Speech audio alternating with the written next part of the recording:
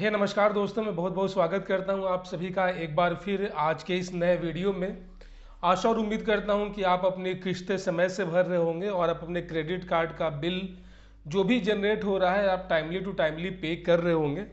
और अगर किसी कारण से अगर आपकी पेमेंट डिले हुई है या फिर अगर आपका ईएमआई बाउंस हुआ है, लोन डिफ़ॉल्ट हुआ है, तो फिर उसके बाद दोस्तों हम रिकवरी एजेंट्स किस तरीके से उस पर डील करते हैं, आज के इस वीडियो में हम बात करने वाले हैं। दोस्तों मुझे बहुत सारे कमेंट्स आ रहे थे, मुझे बहुत सारे ऐसे यहाँ पे क्वेश्चंस देखने को मिले जिसमें लोग एक्चुअली में जानना चाहते हैं कि आखिरकार रिकवरी टीम जो होती है वो कब घर पे आती है। दोस्तों वैसे लोग जिन्होंने अपने क्रेडिट कार्ड का बकाया काफ़ी दिनों से पेंडिंग रखा हुआ है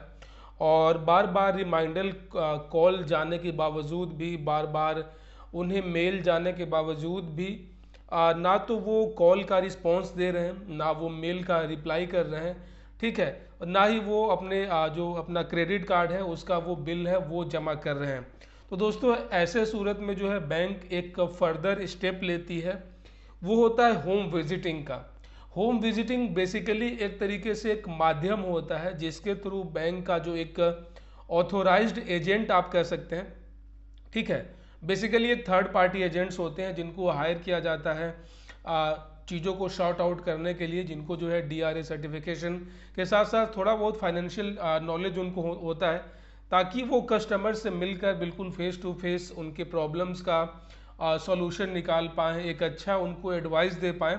या फिर अगर कस्टमर के पास बिल्कुल पैसे नहीं हैं या फिर कुछ और ऐसा फाइनेंशियल क्राइसिस से अगर कस्टमर गुजर रहा है, तो उनको जो है एक अच्छा सेटलमेंट ऑफर देकर मामले को रफा दफा कर सकते हैं। तो दोस्तों आज के इस वीडियो में हम प्रॉपर बात करेंगे कि आखिरकार कब जो है रिकवरी टीम जो है वो होम विजिट करती है और ऐसा आपको इससे क्यों सावधान रहने की ज़रूरत है, ठीक है। तो सबसे पहले दोस्तों आप ये देखो, मैं स्पेशली क्रेडिट कार्ड की बात कर रहा हूँ, ठीक है। बहुत सारे केसेस आए हैं, अभी देख रहे हो, अभी मैं रिकवरी ऑफिस में हूँ, मुझे बहुत सारे ऐसे केसेस आते हैं जहाँ पे कि अगर आपका पहला ईएमआई अगर आपका बाउंस होता है, अगर आपने पहले मंथ का अगर आपने क्रेडिट कार्ड का बिल ड्यू डेट तक जमा नहीं किया है, तब आपको कोई रिमाइंडर, कोई कॉल नहीं जाएगा, क्योंकि इसमें बैंक का ही फ़ायदा है। जैसे ही आप ड्यू डेट को क्रॉस करेंगे तो आपके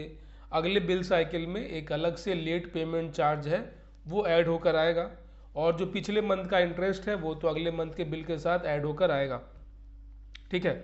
तो पहला मंथ का जो पेमेंट करने का जो पूरा जिम्मेदारी है वो ग्राहक का ही होता है, ये उनकी रिस्पॉन्सिबिलिटी बनती है। और वैसे लोग मैक्सिमम जो भी क्रेडिट कार्ड होल्डर्स हैं उनको पता होता है कि उनका जो क्रेडिट कार्ड है ये सीधे अफेक्ट करता है उनके सिविल स्कोर को। अगर वो टाइमली रीपे नहीं करेंगे, टाइमली पेमेंट नहीं करेंगे, लेट करेंगे, तो इससे जो है उनका सिविल अफेक्ट होगा। तो कोई भी कस्टमर ये नहीं चाहता है कि सिर्फ एक महीने डिले करके जो है मेरा सिविल स्कोर है वो कमज़ोर हो, वो वीक हो, तो इस कारण जो है कस्टमर जो है वो कर देता है।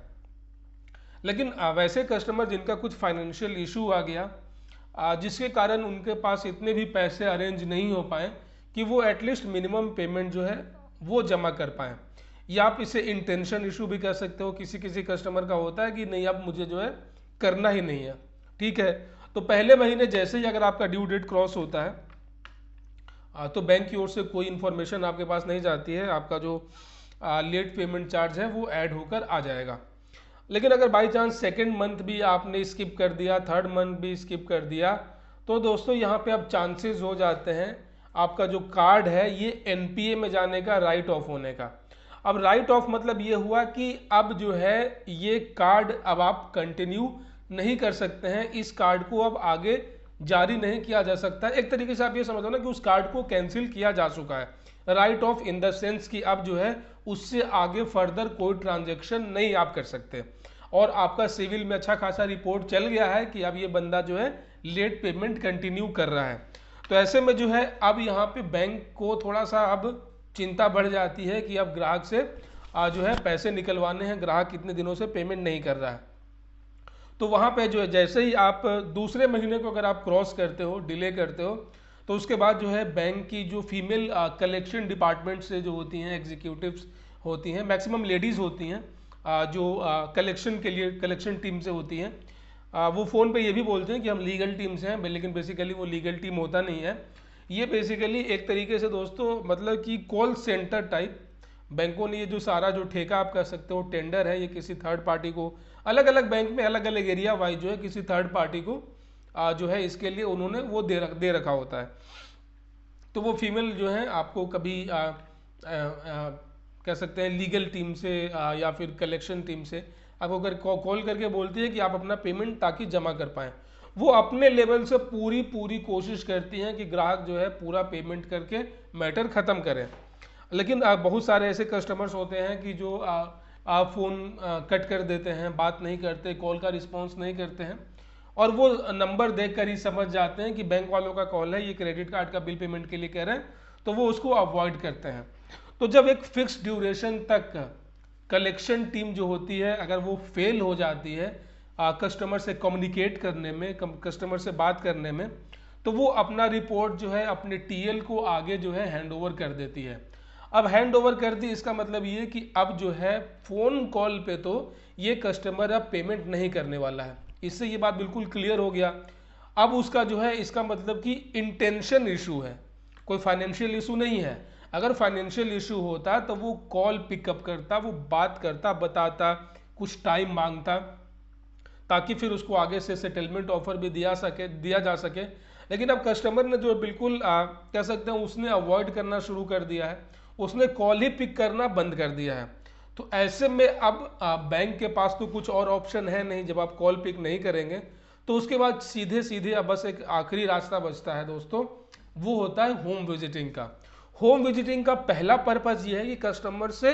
फेस टू फेस मिलना, फिजिकली मिलना, ताकि ये वेरीफाई हो सके कि कस्टमर जिंदा भी है कि मर चुका। अगर ये भी तो हो सकता है ना कि बाई चांस किसी का एक्सीडेंट हो गया, उसकी डेथ हो गई, तब तो उसका कोई फ़ोन पिकअप नहीं करेगा, ना ही कॉल अटेंड होगा। तो हमें ये भी तो श्योर करना होता है ना कस्टमर जिंदा है एटलीस्ट। मान लो कि किसी का एक्सीडेंट में मृत्यु हो गया, उसका क्रेडिट कार्ड है, तो उसका कोई और तो पेमेंट करेगा नहीं, ना ही किसी उसके रिश्तेदार को पता होगा कि इसका कोई पेमेंट भी करना होता है, कोई क्रेडिट कार्ड भी है। ठीक है, तो पहला मकसद ये होता है कि हमें कस्टमर से जो है फिजिकली मिलना होता है to make sure either he is dead और अलाइव। अगर वो जीवित है तो कॉल पे बात क्यों नहीं कर रहा है, क्यों कॉल अटेंड नहीं कर रहा है। ठीक है, यहाँ पे हरासमेंट जैसी कोई बात नहीं होती है, यहाँ पे